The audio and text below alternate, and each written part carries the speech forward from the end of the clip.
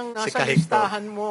Ikaw ba, sa nangyayari ngayon, pabor na i-release lahat yung listahan na yan? Against ako, i-release yung listahan ng mga informants na nagbibigay ng information sa government tungkol sa ideological insurgency. Kasi ngayon nangyayari, yung actual example na binigay ko. From the time na tinorn over ko yung disket pa lang nun, disket. Di March 25 yun. March 29, anniversary ng NPA yun. Anniversary. Nagpuputak-putak na si Thomas Sison doon sa Netherlands. Puro fax machine pa yan. Wala pang email nun, wala pang Facebook nun. And yet, ganyan kabilis mag-travel yung information. Tapos April 3, which is barely a week from the time of the turnover of the confidential information, nagninong sa kasal si Kahector sa Santo Tomas, Batangas. Tapos, Vivid in pa broad, sa'yo. in broad daylight, 7 men armed na, talagang durog na durog yung kawan. Tapos lumakad lang na parang walang nangyari. Parang wala nangyari. Talagang brazen, broad daylight. 2 days later, nag-press con pa si Roger Rosal na nagre-rejoice sila. Pinagyabang pa nila na pinatay nila So si yan ang chances na pag-reveal itong listahan na gusto nilang mangyari,